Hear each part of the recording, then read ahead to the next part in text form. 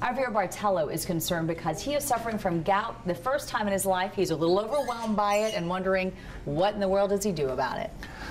So the reality is that the best way to treat gout is to prevent it. And the problem with that is that most people do not want to take the necessary steps to avoid gout. I see gout here very commonly in the April, May months because of the crawfish season. And people go out there and go to crawfish boils and shrimp boils, and they come in here with a big swollen great toe, and they're having a lot of pain. They're concerned it's infected. And what happens is our body doesn't quite metabolize those products in the way they should. And those of us that don't have gout don't have that problem, but when we do have it, it creates some crystal deposits within the joint that then becomes very inflamed and painful. The best way to treat it, in my experience, is something called indomethacin, which is an anti-inflammatory.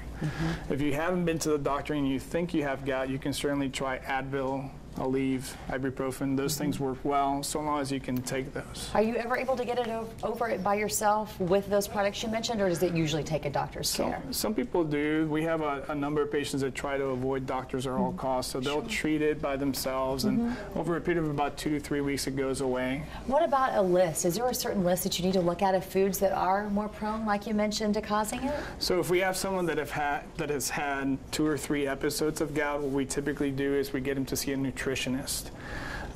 The problem is talking someone into giving up red meat, red wine, crawfish, shrimp. They just don't want to, and most of the time what they end up doing is getting on some sort of daily medication to prevent those episodes, but that doesn't always cut it. Is there any, that's so interesting, the list. Any idea why those particular foods, are they high in a certain thing, all of them across the board, that is causing this problem, make it something happen inside your body?